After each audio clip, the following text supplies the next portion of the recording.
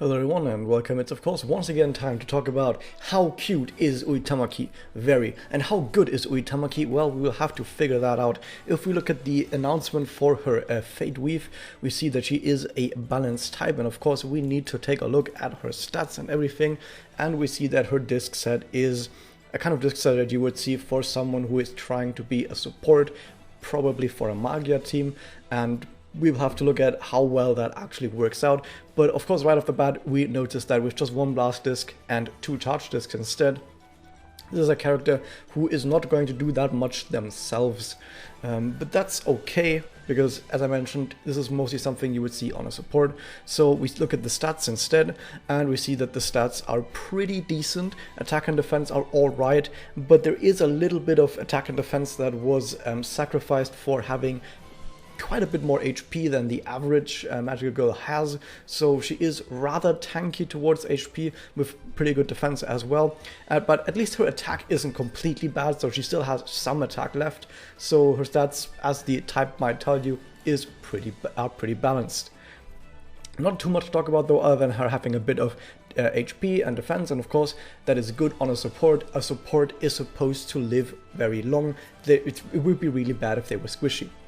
We can take a quick look at her personal. It's the future planning survey, and we see that it gives an effect that we're going to see a bit more later as well. It gives enemies MP gain down, gives yourself MP gain up. There seems to be some MP screwing around going on, and this is an effect that is going to be mostly useless in like 99% of quests, because if you're not fighting against enemies where you know that they're going to try and get to Magia just by attacking, then this is not going to do anything. There are a handful of quests, for example, where enemies will use an active ability to like instantly give themselves 100 MP, for example, and then use Magia the next turn. I don't think this will do anything against that. I'm not 100% certain if it could do something against that, but I don't think it actually does anything against it because it's an MP restore effect. I don't think those get reduced by MP gain down. So it has to be quests where enemies keep attacking with Exceldis, for example, to actually get to Magia, and then it could do something. I mean, it does work on all enemies for 3 turns. That's pretty darn good. So if you are in a quest like that, once again, we see a personal that is very niche for like just a very few amounts of quests, but in those few amounts of quests where that might be a problem, sure, this is something you can have lying around and keep in handy for those quests. The MP gain up effect on yourself is not that great, at least lasts for 3 turns, but it's not going to do that much. We then move on and we take a look at her connect, and we see that, oh, once again we have 40% attack up, because most characters have that. At least we have something rather unique at this point. It's ignore damage cut. This is very different from ignore defense, and if we look at in here, I think there's a link to damage cut effects as well. There we go. Only a handful of characters and effects in this game even have that, and most of them come from stuff like Spirit Enhancement or characters in Memoria that we don't even have yet. And we see that damage cut is, of course, this right here. It's called reduced damage on the North American server. The biggest source of this, at least on the Japanese server, is the Kokoro Memoria, if I can find it, which is very well known for having quite a lot of damage cut, or in general, me times 4, or in North American server, I guess it's called, there are totally 4 of me, also gives a bit of damage cut as well. Oh, there it is, I was about to search for it. This one also gives 15% damage cut. Some characters will get it with SE, for example. Actually, quite a lot of characters get it through Spirit Enhancement, like 10% SE. Kokoro even gets it as an active as well. Other characters, I think Nanaka also gets it as an active. So with Spirit Enhancement, there will actually be a lot more source of damage cut, as well as with some future Memoria, where damage cut will come in handy. And so this effect right now, ignore damage cut, doesn't actually do that much right now, just because there aren't many sources of that. But in the future, when those other sources become available through Spirit Enhancement, through other Memoria, then actually this is an effect that can be really darn amazing, especially in PvP if you're fighting against, for example, a Yachiro. I think Yachiro has like 80% damage cut or something as her active ability that she's going to use on the enemy's first turn. So if you can have turn 1 3 Ui discs and then she somehow survives the first turn, shouldn't be that hard actually. And then on turn 2 you can use this connect to completely destroy the Yachio who thinks that she's safe behind like whatever much damage cut it is. So you can also then go down the list, figure out it's 70% actually, okay, 80% with this right here, and check out how many characters there are that you need to watch out for. This is something that is extremely situational, but can be extremely amazing if it works. However, if you compare this to, for example, Ignore Defense is just way better, because every single character in the game has defense, and it is going to reduce your damage every single instance. Every single attack you do is going to get reduced by enemy defense, of course, and against many enemies it's going to get reduced by quite a lot, even especially if you're fighting against tanks, where defense will push your attack down really, really far. So Ignore Defense is just way better in most cases, almost all cases. There's only really just a handful of cases, like for example, like I said, the Yachio active, where that might be really, really good to come in handy. But apart from that, not that great. But at least we have, next effect, chance to curse on attack, 100% guaranteed, which of course gets reduced by ailment resistance. And the sad part is, well, sad for you, but great for your enemies, is that one of the most used memos in the entire game is My Bible, which gives curse immunity, which means that sadly this entire effect is useless on anyone who has a My Bible on the enemy team. But hey, at least in PvE, for example, it's really nice to curse a bunch of enemies, especially if you then can have other enemies attack other characters on your side of the field, attack the enemies to get increased elemental damage, because of course curse makes it so whoever is cursed takes increased damage from their weak element. So of course, if you're playing with, let's say if she's playing with her sister, or she's playing with Iroha on the same team, and she connects with Iroha attacks a dark type, the first hit will curse, but I don't think it immediately applies the damage up effect, so it will just deal normal damage, but then the enemy is cursed. So then on the next hit, if it's a dark type enemy, she will do increased elemental weakness damage. Instead of 50%, it will be 80%. That's really good.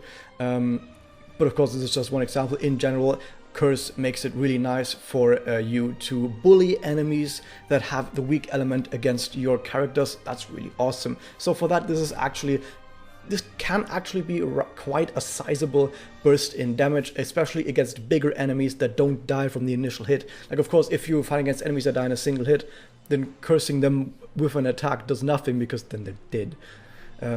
So the connect overall in most cases will be decent. In some cases where the Ignore damage cut does something, it's good, but it does fluctuate so much between decent and good. It really just depends quite a lot on the situation that you're using this in.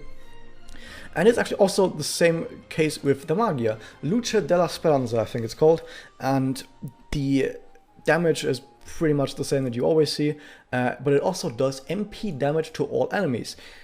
There it is again, the MP trickery that I was mentioning earlier with the personal is back right here. Basically, it just reduces enemy MP by 35 if it's a 5-star. Sadly, no scaling with Magia level. So what this basically means is that this is completely useless effect on any single quest where enemies don't even have the chance of getting to Magia. Like, how many quests do you know where enemies actually have a realistic chance of getting to Magia? And also, the kind of quests where enemies don't just passively give themselves, like they snap their fingers, they get 100 MP and immediately use Magia, because there are some quests like that as well. Of course, on that kind of quest, this wouldn't do anything, because you wouldn't actually get the chance to reduce their MP before they use their Magia. So this is an effect that I guess can be really good. Once again, it's really situational, can be really good sometimes, but 99% of the time is not going to do anything. We also have the curse back again, basically same reasoning as up here. If you can curse enemies with this, especially if they're stronger enemies, like a boss for example, that will actually not die from the Magia, this is actually really amazing, especially because of the increased damage. And yeah, of course, curse deals damage over time as well. But of course, in PvE, which is basically the only place where you're going to use this Magia until maybe way later when Ui gets SE, which he still even doesn't have on the Japanese server. then yeah, maybe you might use this in mirrors someday. But for now, this is pretty much only for PvE, where this is something that's really good against, like I said, big bosses, especially when you then abuse that with other Magia. For example, you might know that characters like Sakurako have attribute strengthened damage, and Sakurako is a light type. So imagine you use this Magia against an enemy boss that is dark type. That boss then gets cursed, and then you follow it up with Sakurako Magia. Better yet, Sakurako Magia 2. Whatever that hits is dead.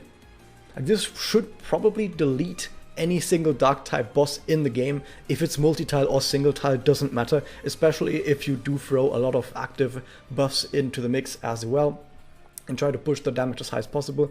That's actually a really awesome combo.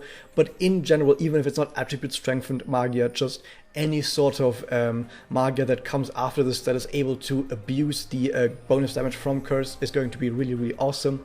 So this looks like a Magia that is really good on a Magia team, where you can use this to set up for other Magia after. So if you had a team with like 3 characters and they all had Magia ready, you would start off with Ui to curse all the enemies, and then hopefully your other characters on the team have the super effective element against the enemy boss, and then you will be able to do a lot more bonus damage, and this is going to be pretty amazing.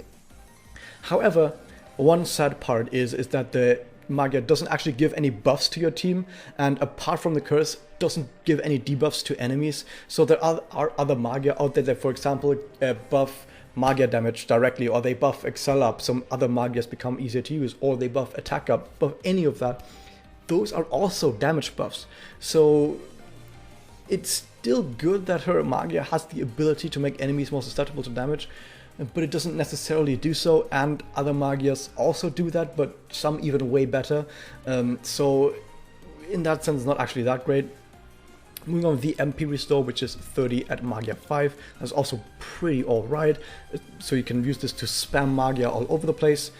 But it's also rather sad that it only gives it to herself and not her allies, which would have been really, really awesome. So it is in total a Magia that can be quite good in some sense when you are able to curse a big boss and then actually make use of that bonus damage for really, really big DPS. But on the other hand, the MP damage effect is just way too situational to be good as a whole.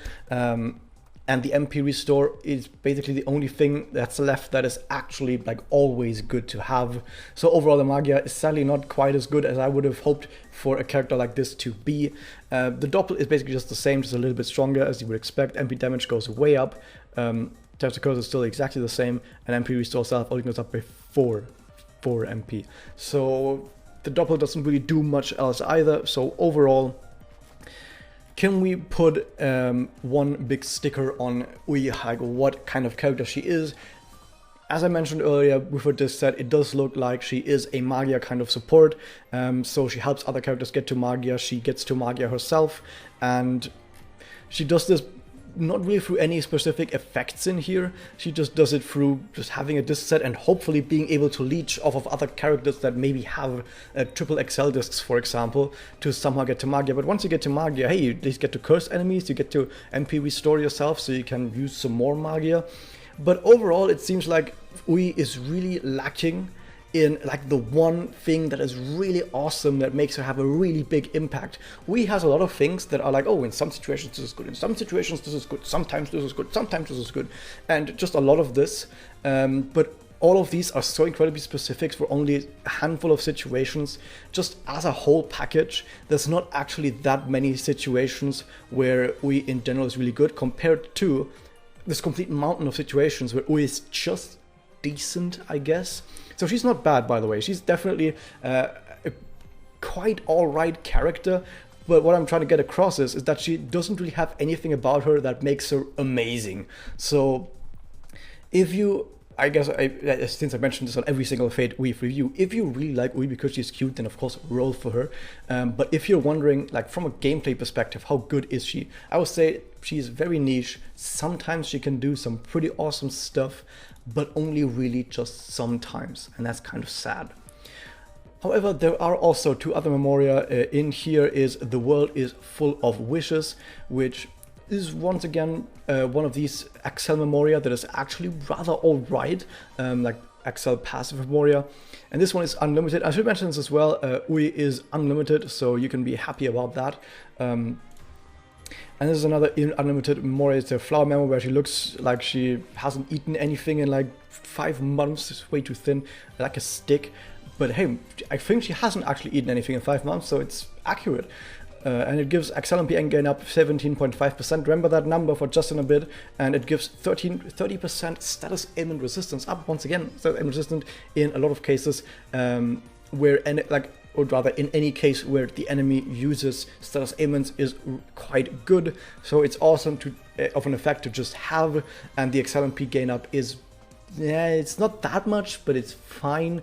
So if you're trying to use this on, let's say, an Excel support character, this would be quite alright, which does kind of fit in with UI. However, just like UI herself, this memoria itself doesn't have anything that has a big oomph behind it. It's just a lot of like the status ailment resistance, cool in quests where you need status ailment resistance, and the XLMP gain up, cool if you have a lot of Excels on that character. But like I said, there's nothing one big amazing thing about this, so not that great. But we're moving on with this one. What kind of person will I become? And remember that 17.5% XLMP gain up that you get passively through this? Here's an active that gives 12.5%, gives way less, but hey, it gives blast damage up 25%, which is not a whole lot at all, when some passives even give like 40% or something. And another blast up 7.5%. Yeah, that's not a whole lot either. These numbers are way too low, and they're spread across multiple effects that you will never use at the same time.